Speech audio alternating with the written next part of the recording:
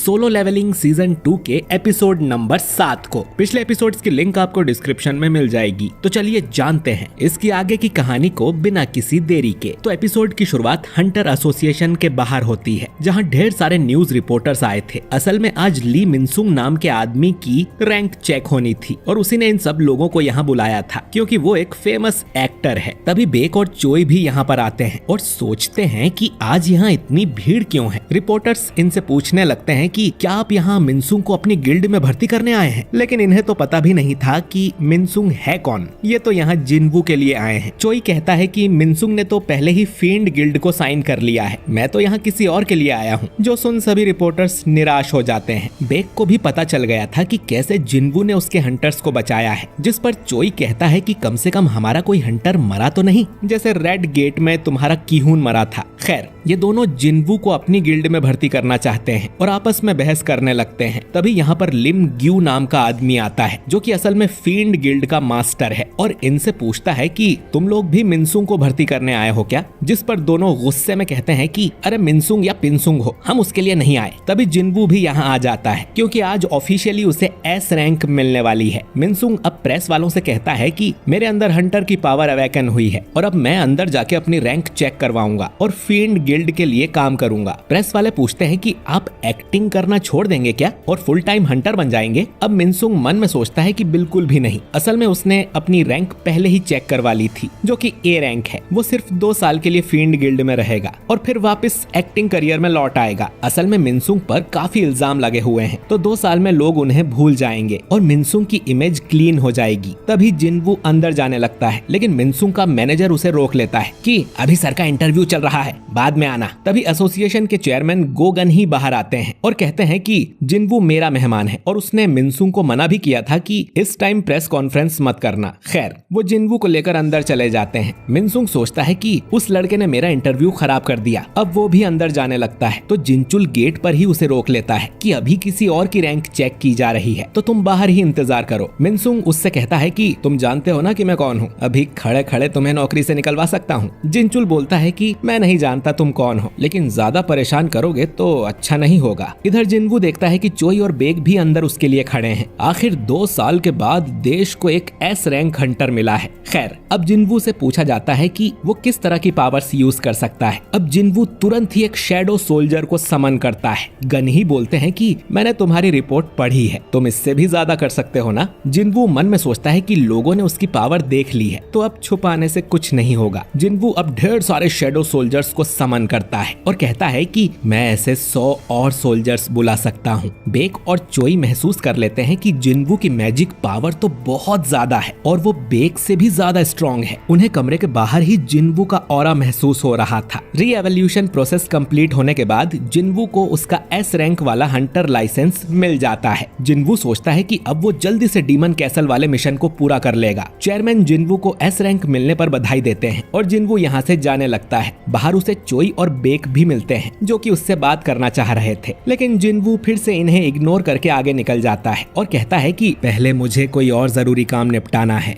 अब जैसे ही जिनवू गेट खोलता है तो प्रेस वाले धड़ाधड़ उसकी फोटो खींचने लगते हैं। इधर सोंगयी जिन्हा को बताती है कि तुम्हारा भाई तो न्यूज में आ रहा है कि वो देश का 10वां एस रैंक हंटर है। उसके मजदूर भाइयों को भी पता चलता है कि वो एस रैंक का हंटर है। जुनही भी न्यूज देखकर खुश होती है और जिनवू के पुराने साथी और चाहीन को भी ये खबर मिल जाती है। ये एक बहुत बड़ी बात थी क्योंकि पिछले 2 साल से कोई भी नया एस रैंक हंटर नहीं बना था। सब लोग मिनसुंग को छोड़कर जिनवू का इंटरव्यू लेने लगते हैं। इधर जिन्हो अपने फादर को बताता है कि जिनवू ने उनकी गिल्ड ज्वाइन करने से मना कर दिया है। जिनवू ने कहा था कि एक मिशन है जो उसे अकेले ही पूरा करना है, जिसके लिए वो लड़ता रहेगा और स्ट्रॉन्ग होता जाएगा। तो अभी वो कोई गिल्ड ज्वाइन नहीं करना चाहता, बल्कि वो चाहता था कि जिन्हो उसकी टीम ज्वाइन कर ले। इस बात पर जिन्हो को अपने फादर से डांट पड़ती है कि पहले तो तुम इस गिल्ड के मास्टर बनना चाहते थे और अब उस जिनवू के लिए सब कुछ छोड़कर जाना चाहते हो। जिन्हो कहता है कि जो भी हो वो जिनवू के साथ रहेगा। इधर प्रेस वाले जिनवू से बात करना चाहते थे। बेक कहता है कि इनसे बात करोगे तो थक जाओगे, हम तुम्हें घर छोड़ देते हैं। जिनवू कहता है कि उसकी जरूरत नहीं है और अचानक ही सबके सामने से गायब होकर यहाँ से चला जाता है। चोई बोलता है कि ये सिर्फ पावरफुल नहीं बल्कि जादूगर भी है। वहीं जिनवू की स्पीड देख बेक के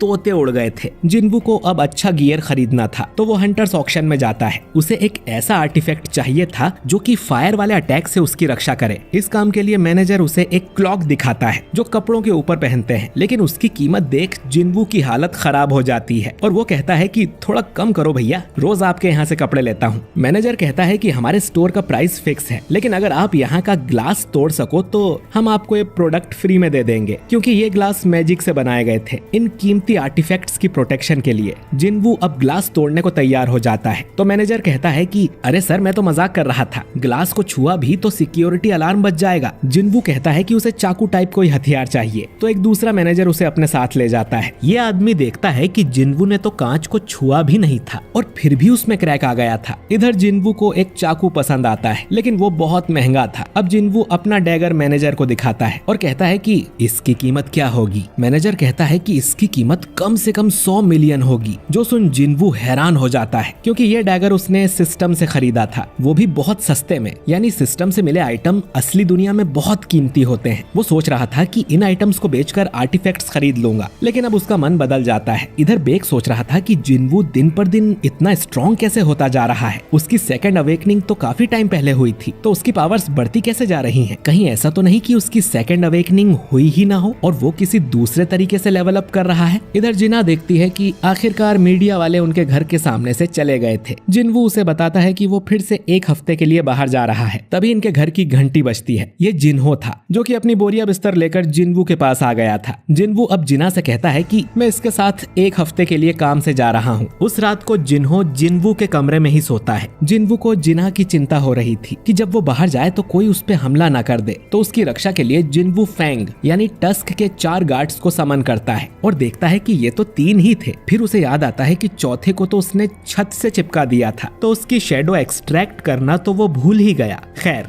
इन 3 में से एक भी जिना को प्रोटेक्ट करने के लिए काफी होगा। वो अब शैडो बन के जिना के साथ ही रहेगा। इसके बाद जिन्वू अपने मोहल्ले की सिक्योरिटी भी बढ़ा देता है। वो कुछ शैडो सोल्जर्स को समन करता है और उन्हें मोहल्ले की पेट्रोलिंग पर लगा देता है, ताकि कोई भी बुरा इंसान इनके मोहल्ले के आसपास भी ना भटके। इस समय हम आसमान में एक एंट को उड़ते हुए देखते हैं, जो कि शायद उसी जेजू आइलैंड से उड़ी होगी। खैर, अगले दिन जिन्वू जिन्हो के साथ निकल जाता है। जिन्वू कहता है कि वो कुछ दिनों के लिए ट्रेनिंग करने जा रहा है। इसके बाद जिन्वू फिर से डीमन कैसल में एंटर करता है। वो अपने साथ 2 आइटम भी लाया था, जिससे उसे हीट प्रोटेक्शन मिलेगी। तभी उसे एक क्वेस्ट मिलता है कि उसे डीमन मोनार्क बारन को मारना है। अब पिछली बार जिन्वू ने 75 फ्लोर पार कर लिए थे, वो अब सीधा 76वें फ्लोर पर जाता है। इधर जिन्हो के फादर और मदर बात कर रहे थे कि उन्हें लगा नहीं था कि जिन्हो ऐसे घर छोड़ के चला जाएगा। तभी जिन्हो के फादर को हार्ट अटैक आता है और वो बेहोश हो जाते हैं। इधर जिन्वू के सामने एक बहुत बड़ा डीमन आता है, तो उसे मारने के लिए जिन्वू टस्क को समन करता है और उसे अपना स्पीयर ऑफ एवराइस भी दे देता है, जिससे उसकी पावर बढ़ जाए। टस्क अब अपने आग वाले जादू से